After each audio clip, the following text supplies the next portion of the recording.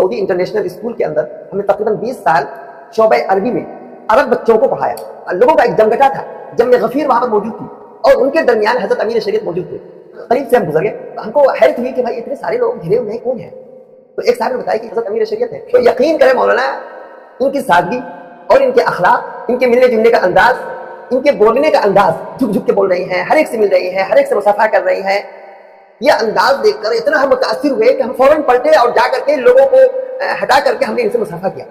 ہم نے ہر کلاس کے اندر بچوں سے عربی میں باتیں کی اور انہوں نے عربی زبان میں جواب بھی دیا اور بہت ہی صحیح جواب دیا. یہ سب سے بڑا کمال ہے. یہ حضرت کے جو عزائم ہیں, اگر ان کے عزائم کے مطابق اگر یہاں کے مدارس اسلامیہ کے ذمہ داران عمل کرنا شروع کرتے ہیں تو ہم سمجھتے ہیں کہ ایک زبردست انقلاب برپا ہو جائے گا. ہم تو یہ سمجھتے ہیں کہ ان کے جد امجد بانیہ نہضت العلماء, ان کی یہی فکر. السلام علیکم ورحمۃ اللہ وعلیکم وبرکاتہ. السلام ورحمۃ اللہ وبرکاتہ. میں اپنے ناظرین کو پہلے آپ کا مختصر تعارف کرا دوں. حضرت مولانا سفیان سعید ندوی, پروفیسر سفیان سعید ندوی حضرت آپ کے سامنے موجود ہیں. اسسٹنٹ پروفیسر رہے مولانا مظہر الحق عربی فارسی یونیورسٹی میں شعبہ عربی میں. اس سے پہلے جدہ میں, سعودی عرب واقع جدہ میں عرب کو جا کر کے انہوں نے عربی پڑھائی. یہ ان کا بڑا تعلق ان کا بہار کے یعنی دور افتادہ گاؤں بورنا سے ہے. آپ ان کی شخصیت کو دیکھیں گے تو آپ کو خوشی ہوگی. سب سے پہلے میں فکر و نظر پر آپ کا دل کی عمیق اور اتھا گہرائیوں سے استقبال کرتا ہوں. شکریہ.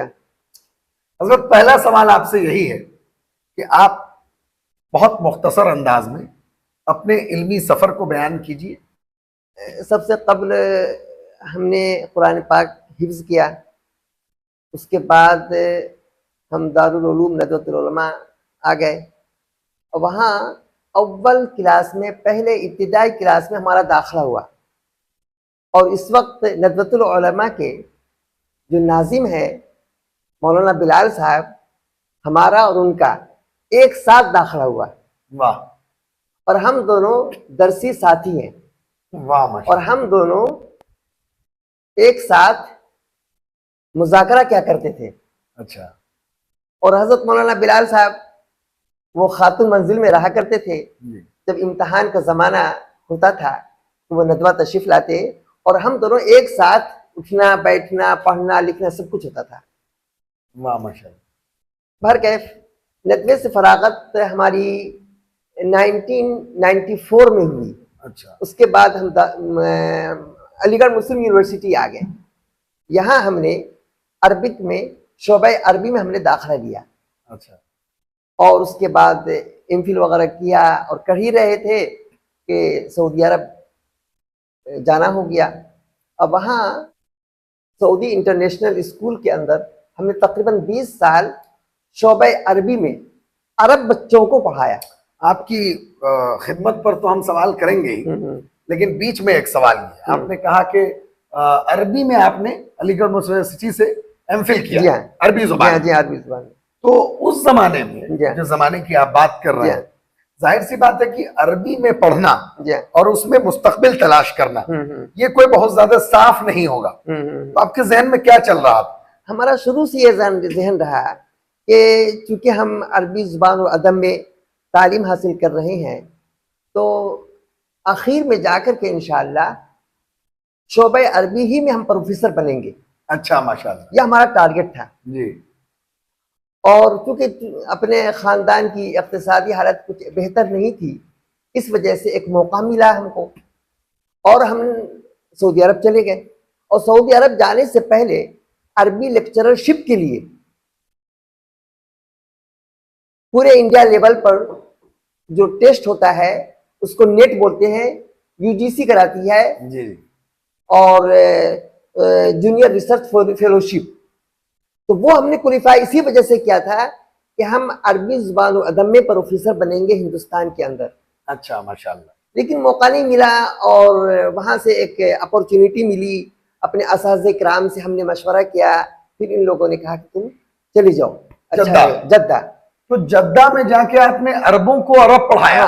اس کا کیا ایکسپیرینس ہے, کیسے تقرری ہوئی, اور آپ کیا پڑھاتے تھے؟ اس لیے کہ آپ ہندوستان میں اگر عربی پڑھا رہے ہیں یہ بات تو سمجھ میں آتی ہے لیکن عربوں کو جا کے عربی پڑھانا یہ ذرا یونیک سی بات, کچھ الگ سی بات نظر آتی ہے. چونکہ وہاں کے جو اسکول کے جو ذمہ دار تھے, پرنسپل تھے, وہ ہماری زبان و ادب سے اب اللہ کی طرف سے اللہ کا فضل و کرم ہوا, وہ متاثر ہو گئے اور اس کے بعد انہوں نے عرب کے بچوں کو پڑھانے کے لیے ہم کو متعین کر لیا. اور صرف سعودی عرب کے بچے نہیں ہوتے تھے, کویت کے بچے, لبنان, مختلف ممالک, مختلف عرب ممالک کے بچے ہوا کرتے تھے. اور تقریباً 20 سال ہم نے وہاں پڑھایا. واہ ماشاء اللہ, 20 سال. اور بہت ہی بچے بھی بڑے خوش ہوتے تھے اور بہت ہی گھل مل کر کے بڑے اچھے انداز سے یہ وقت ہمارا گزرا وہاں. واہ. جی. تو مطلب ایک بات یہ صاف کیجیے آپ یہاں کے اساتذہ کے لیے کہ یہاں کے اساتذہ جب عربی پڑھاتے ہیں تو ظاہر ہے کہ آپ کو معلوم ہوگا کہ جامعہ رحمانی میں آپ اس وقت تشریف فرما ہے, دارالحکمت ایک شعبہ حضرت نے کھولا. اس شعبے کو انہوں نے اس طرح تیار کیا, ظاہر ہے عرب کو جا کے عربی پڑھانا وہ سمجھ میں کچھ بات آتی ہے اس لحاظ سے کہ ان کو سمجھانے میں آپ کو کوئی دشواری نہیں ہوگی کیونکہ زبان ان کی عربی ہے.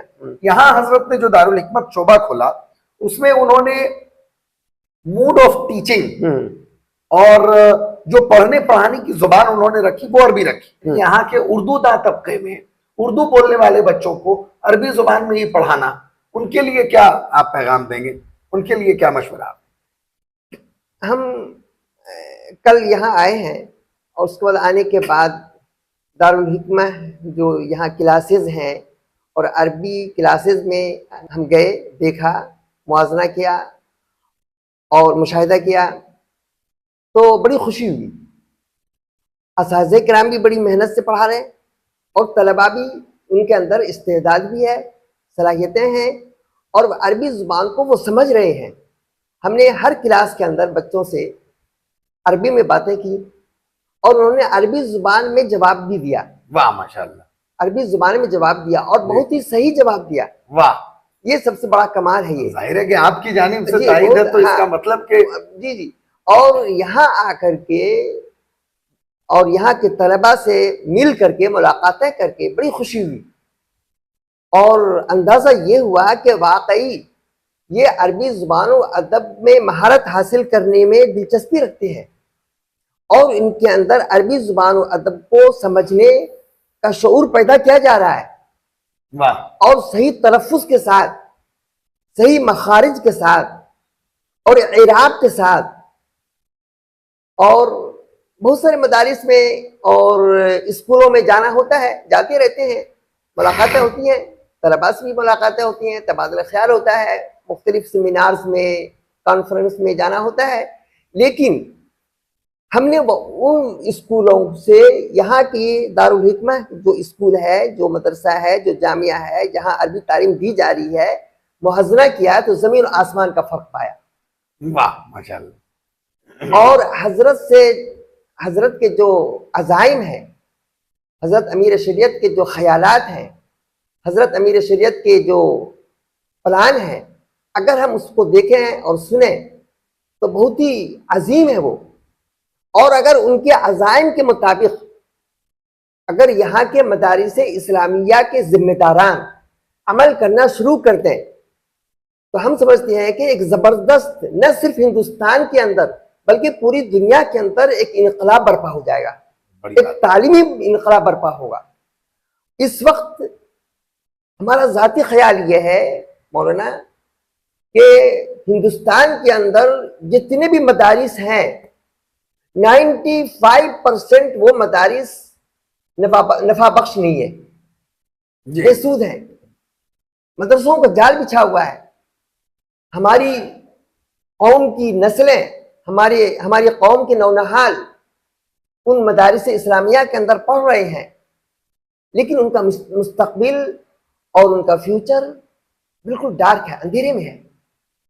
تو ہم کس طریقے سے حضرت کی باتیں سن کر کے یہ اندازہ ہوا, حضرت یہ چاہتے ہیں کہ یہ ہمارے بچے جو ہمارے پاس امانت ہیں یہ قوم کے لیے مفید ثابت ہوں.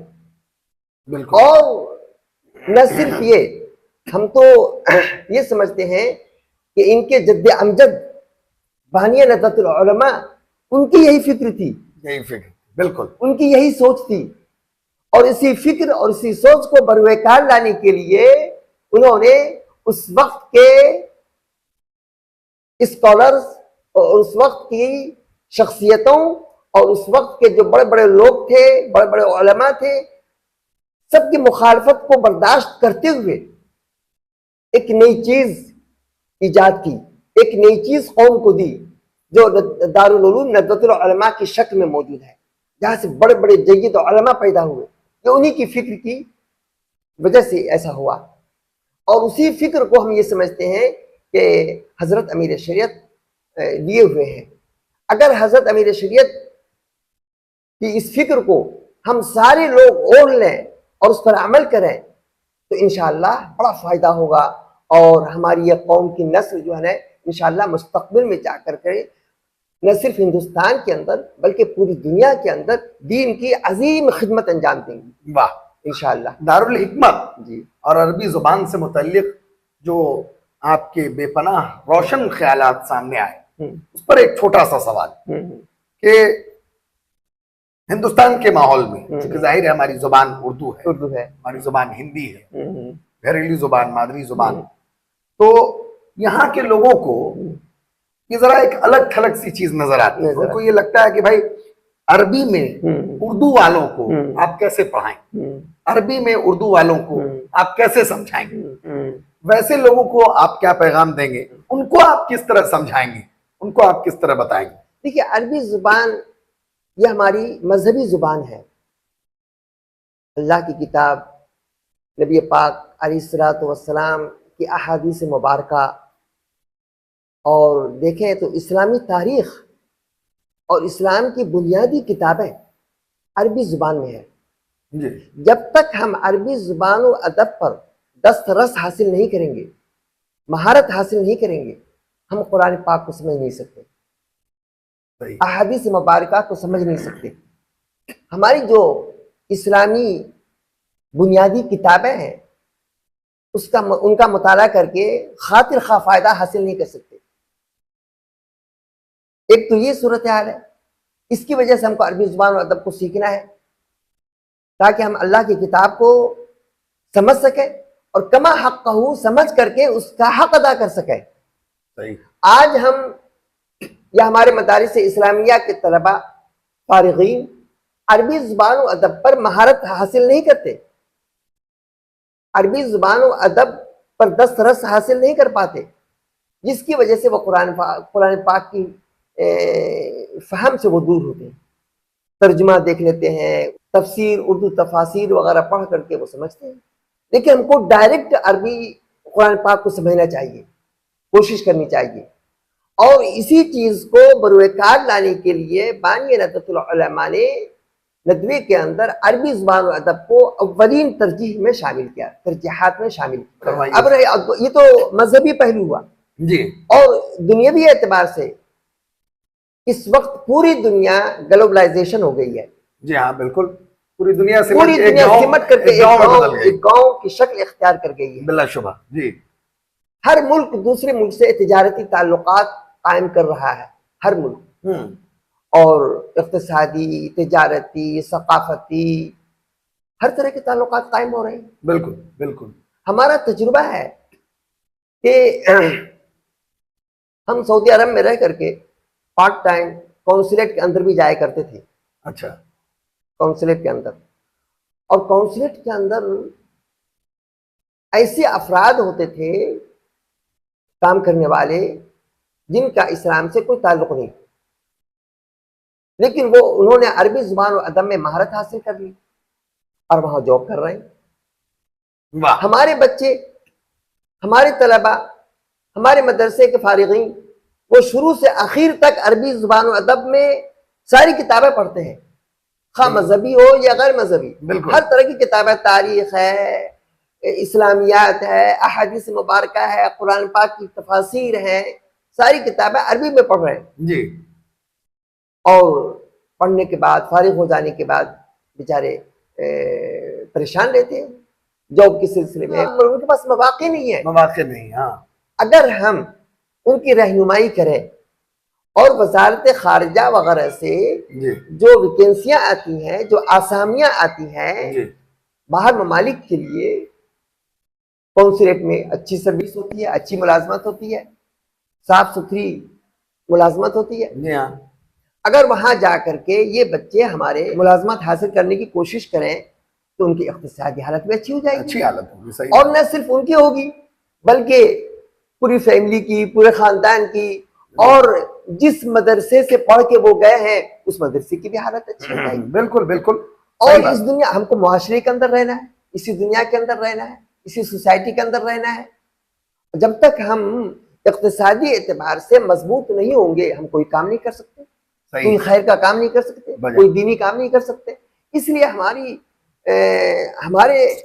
خیال کے اعتبار سے حضرت کے جو عزائم ہیں ان عزائم کو اگر بروئے کار لایا جائے اور اس کے بعد یہاں کے مدارس اسلامیہ کے ذمہ داران اس کو قبول کر لیں اور اپنے اپنے مدرسے میں اس کو جاری ساری اور نافذ کرنے کی کوشش کریں. دارالحکمت کے نصاب اور نظام کی بات دارالحکمت کے نظام اور نصاب کو جی اختیار کر کے اس کو عملی جامہ پہنانے کی کوشش کریں تو دونوں اعتبار سے، دینی اعتبار سے بھی اور دنیاوی اعتبار سے بھی بڑے فوائد حاصل ہوں گے. یہ اچھی زبردست رائے آپ کی سامنے آئی. لوگوں کو قبول کرنا چاہیے. ظاہر ہے کہ آپ نے یعنی ہندوستان سے لے کے باہر عرب ممالک میں جا کے آپ نے جو ہے عربی پڑھائی عربوں کو، جی جی تو آپ کا تجربہ تو اس معاملے میں زیادہ مضبوط ہوگا. ایک اور سوال لے لیتے ہیں آپ سے. آپ جامعہ رحمانی خانقاہ منگیر کو مطلقاً آپ نے، کیا اس سے پہلے جامعہ آپ کا آنا ہوا تھا؟ یا ایک دفعہ اس سے قبل آنا ہوا ہے جی جب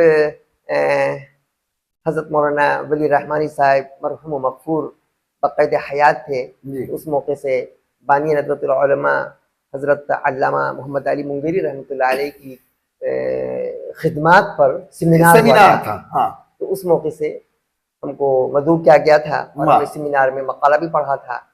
تو اس وقت آئے تھے اور یہ دوسرا موقع ہے. اچھا، تو جامعہ رحمانی کو اس دفعہ آپ نے میرے خیال میں زیادہ قریب سے دیکھا. بہت قریب سے تو دارالحکمت کا تو تذکرہ آپ نے تفصیلی طور پہ کیا. اس کے علاوہ ابھی جو امیر شریعت دامت برکاتہم کی خدمات اور ان کی فکر کا جو تذکرہ آپ نے کیا، اس ضمن میں آپ کو بتا دوں میرے ریسرچ کے مطابق جامعہ رحمانی میں 3 شعبے انہوں نے قائم کیا، جس میں ایک تو شعبہ صحافت، جی ہاں، جہاں آپ کا انٹرویو ہو رہا ہے. شعبہ صحافت کے زیر نگرانی ہے، شعبہ صحافت کی گود میں یہ فکر و نظر چینل ہے، یوٹیوب چینل، جس نے بہت کم وقت میں بڑی مقبولیت حاصل کی اور تقریباً 40 لاکھ اس کے ویورز ہیں ابھی الحمدللہ. تو ایک تو یہ، دوسرا تخصص فی الافتاء. پورے ہندوستان میں جو افتاء کا نظام ہے اس سے یہ نظام الگ ہے. الگ نہیں مانے کہ ہر جگہ 1 سال میں لوگ پڑھا کے فارغ کر دیتے ہیں، یہاں 2 سال. حضرت کا یہ ماننا ہے کہ جب انہوں نے پورا نصاب تیار کیا اور بڑے بڑے فقیہ سے، مفتیان اکرام سے انہوں نے بات چیت کی اور جو نصاب سامنے آیا تو دل اس بات کے لیے مطمئن نہیں ہوا کہ اس نصاب کی تکمیل 1 سال میں ہو جائے، لہٰذا یہ 2 سال کا کورس ہوا.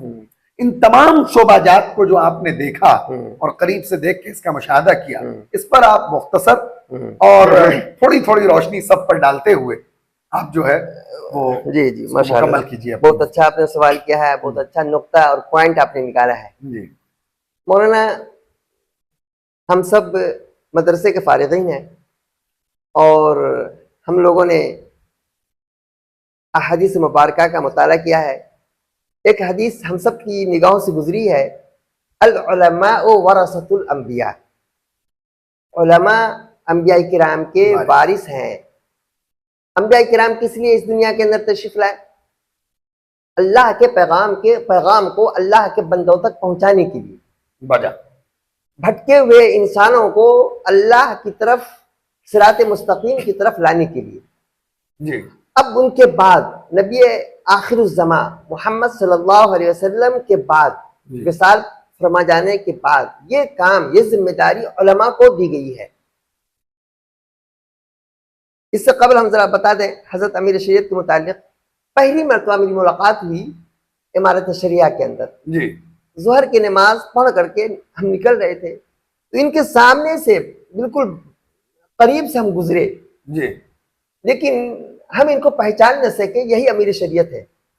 اچھا ان کی سادگی کو دیکھ کر، اچھا ان کے بولنے اور لوگوں کا ایک جمگٹا تھا، جم غفیر وہاں پر موجود تھی، جی اور ان کے درمیان حضرت امیر شریعت موجود تھے، اور ہم قریب سے ہم گزر گئے۔ جی جب ہم کو حیرت ہوئی کہ بھائی اتنے سارے لوگ گھرے ہوئے ہیں، کون ہیں؟ تو ایک صاحب نے بتایا کہ یہی تو امیر شریعت ہے، حضرت امیر شریعت ہے۔ اچھا تو ماشاء اللہ۔ یقین کرے مولانا، ان کی سادگی اور ان کے اخلاق، ان کے ملنے جلنے کا انداز اور ان کے بولنے کا انداز، جھک جھک کے بول رہی ہیں، ہر ایک سے مل رہی ہیں، ہر ایک سے مصافحہ کر رہی ہیں، یہ انداز دیکھ کر اتنا ہم متاثر ہوئے کہ ہم فوراً پلٹے اور جا کر کے لوگوں کو ہٹا کر کے ہم نے ان سے مصافحہ کیا، واہ ماشاء اللہ۔ اور حیرت میں ہم پڑ گئے کہ حضرت امیر شریعت ہو کر کے ماشاء اللہ اتنا زیادہ تواضع، عاجزی، انکساری اور ملنے جلنے کا انداز، ہم اس سے بہت متاثر ہوئے۔ یہ تو خیر حضرت امیر شریعت کے متعلق پھر یہ تو ساری دنیا جانتی ہے، اور یہاں بھی ہم نے بہت دیکھا، قریب سے دیکھنے کا موقع ملا۔ اب رہی صحافت کے متعلق، ہم نے جو پہلے بتایا کہ بھائی علماء کا کام ہے اللہ تعالیٰ کے احکام کو اور نبی کریم صلی اللہ علیہ وسلم کے پیغام کو امت تک پہنچانا، جی اور الخلق عیال اللہ، ساری مخلوقات اللہ کے کنبے ہیں، کنبے ہیں، بالکل ہر ایک کے پاس اللہ کے دین کو پہنچانا علماء کی ذمہ داری ہے، جی علماء پر فرض ہے۔ یہ صحافت کا شعبہ دیکھ کر اور یہاں آ کر اور یہاں آپ لوگوں کی ایکٹیویٹیز کو دیکھ کر اتنا زیادہ خوشی ہوئی، اور اتنا زیادہ ہم کو اس بات کا احساس ہوا کہ یہ ہے کام کرنے کا۔ آج کل سوشل میڈیا کا زمانہ ہے، زمانہ، بالکل میڈیا کا زمانہ ہے، اور سوشل میڈیا تو کافی اہم خدمات انجام دے رہا ہے۔ اگر ہم میڈیا کو ہم استعمال کریں جی تو ہم بیٹھے بیٹھے ساری دنیا کو اللہ کے پیغام کو بیک وقت، کم وقت میں پہنچا سکتے ہیں، جی اور یہ مؤثر ثابت ہو سکتا ہے۔ جی ہاں تو ہم تو یہ سمجھتے ہیں کہ ہندوستان کی سطح پر یہ پہلا ادارہ ہے جہاں پر اس طریقے سے مستحکم، مضبوط، پائیداری کے ساتھ سسٹمیٹک طریقے سے طلباء کو صحافت اور جرنلزم کی تعلیم دی جا رہی ہے۔ یہ دیکھ کر ہم کو بڑی خوشی ہوئی اور بہت ہی اچھا لگا۔ ہم اس کے ذریعے آپ کو کل میں نے بلیٹن بھی دیکھا دکھلایا، ہے۔ چونکہ عربی سے آپ کو لگاؤ ہے، تو عربی بلیٹن بھی آپ نے دیکھی کہ طلبہ کس طرح عربی میں خبر پڑھ رہے ہیں، کیسا لگا آپ کو؟ انتہائی خوشی ہوئی اور بہت ہی اچھا لگا، اور ان کے بولنے کا انداز، ان کے اندر وہ پورے اعتماد کے ساتھ بول رہے ہیں، اور ایسا لگا کہ ہم کسی عرب ممالک کے اندر بیٹھے ہوئے ہیں۔ ایسا ان کی بولنے کا انداز، صرف اگر ان کی تصویر نہ ہوتی تو ہم تو یہی سمجھتے ہیں کہ کسی عربی دنیا کے اندر یہ خبریں وہاں سے نشر ہو رہی ہے۔ واہ، ماشاء اللہ کی تصویریں آپ کی جانب سے بڑی حوصلہ افزائی ہے۔ بہت اچھا۔ اللہ کرے کہ ہمارے طلبہ اس حوصلہ افزائی کو اپنے لیے اس طرح قبول کریں کہ وہ اس میں غیر معمولی محنت شروع کریں۔ جی غیر معمولی محنت بھی شروع کریں، اور ان کے اندر دلچسپی پیدا کرنے کی پوری کوشش بھی کی جائے، بالکل، اور اس کے فوائد بھی بتائے جائیں، اس کی اہمیت بھی اجاگر کی جائے، جی طلباء کو بٹھا کر کے اس کی اہمیت کو واضح کیا جائے۔ بالکل صحیح۔ اور یہ وہ بہت بڑا یعنی پیغام رسانی کا بہت بڑا اور مؤثر، نفع بخش یہ ذریعہ ہے۔ صحیح، اگر اس پر انشاءاللہ آگے بھی کام جاری رہا، اس کے بڑے فوائد سامنے آئیں گے۔ اب اسی طرح ایک آپ نے دیکھا ہوگا English language and professional skills, اس میں حضرت کا پلان یہ ہے کہ اس میں جو ہے صرف انگریزی زبان نہیں بلکہ ان کو ایک پروفیشنل عالم بنایا جائے۔ پروفیشنل عالم سے مراد یہ کہ وہ اگر عالم ہو تو وہ قائد ہوں، تو وہ قیادت کیسے کریں، وہ امام ہوں تو امام پورے علاقے کا قائد ہے، وہ کیسے قیادت کرے، وہ کیسے امامت کرے، کیسے وہ تمام علوم و فنون کا ماہر ہو، یہ تمام افکار اس کے اندر ہیں۔ تو کیسا لگا یہ شعبہ، اس کا جو نہج ہے حضرت کا، جو ذہن میں چیزیں ہیں وہ کیسا لگا آپ؟ وہ بھی بہت ضروری ہے. اب دیکھیے نا اس وقت مولانا پوری دنیا کے اندر انگریزی زبان کا ایک ہوا بنا ہوا ہے.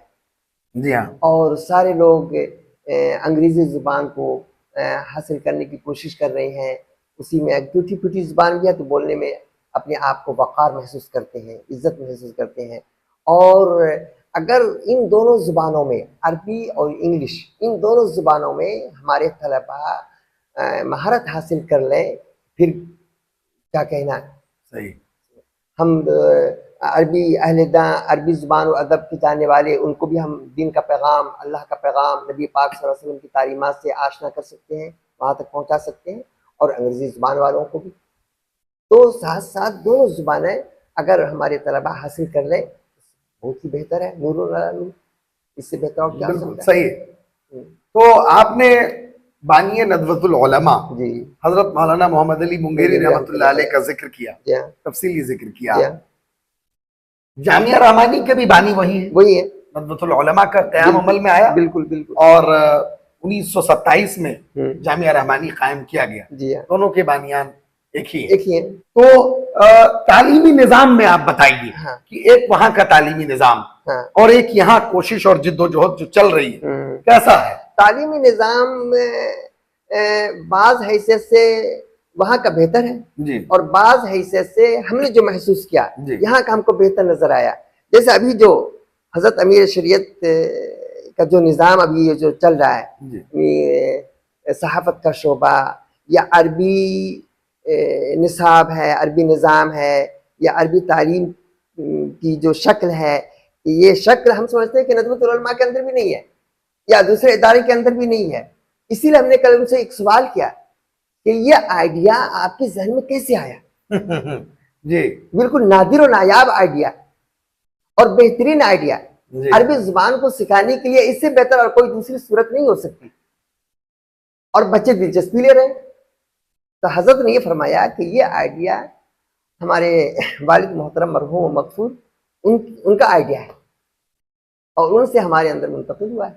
وہ بھی ہر وقت یہی سوچتے تھے کہ کس طرح ہماری قوم کے بچے مفید ثابت ہوں اور ان کے اندر عربی کی صلاحیت پیدا ہو, وہ بولنے والے اور لکھنے والے اور سمجھنے والے بن جائیں, اور اپنے مافی ضمیر کو عربی زبان میں اس طرح ادا کر لیں جس طریقے سے اہل زبان ادا کرتے ہیں. اور یہی ان کی فکر ہے, یہی ان کی سوچ ہے. انہوں نے یہ فرمایا کہ ہم یہ چاہتے ہیں کہ ہمارے یہاں کے طلباء, ہمارے یہاں کے فارغین عرب ممالک میں جا کر کے وہاں کی یونیورسٹیوں میں تعلیم دیں, تدریسی فرائض انجام دیں, وہاں کے لوگوں کو پڑھائیں. یہ بہت بڑی بات ہے. اور اگر یہ نظام جاری اور ساری رہا, چلتا رہا, تو انشاءاللہ ایسے افراد پیدا ہونا کوئی مشکل کام نہیں ہے, پیدا ہوں گے انشاءاللہ. اور انشاءاللہ ہمارے حضرت کے جو عزائم ہیں, جو منصوبے ہیں, انشاءاللہ وہ عملی جامہ پہنائے جائیں گے. وہ بہت بہت شکریہ آپ کے قیمتی وقت کے لیے. آپ سے بات کر کے بہت اچھا لگا. میں اپنے ناظرین کو بتا دوں کہ حضرت مولانا ابو سفیان سعید ندوی صاحب سے ہماری بات چیت ہو رہی تھی, اور انہوں نے جامعہ رحمانی کو جس طرح قریب سے دیکھا اور اس کا مشاہدہ کیا, اپنے تجربات انہوں نے بے باکی کے ساتھ بیان کیا. ہم پھر ایک نئے مہمان کے ساتھ آپ کی خدمت میں حاضر ہوں گے. ہمیں دیجیے اجازت. فکر و نظر پر پھر ایک نئے مہمان کے ساتھ آپ سے ملاقات ہوگی. شکریہ.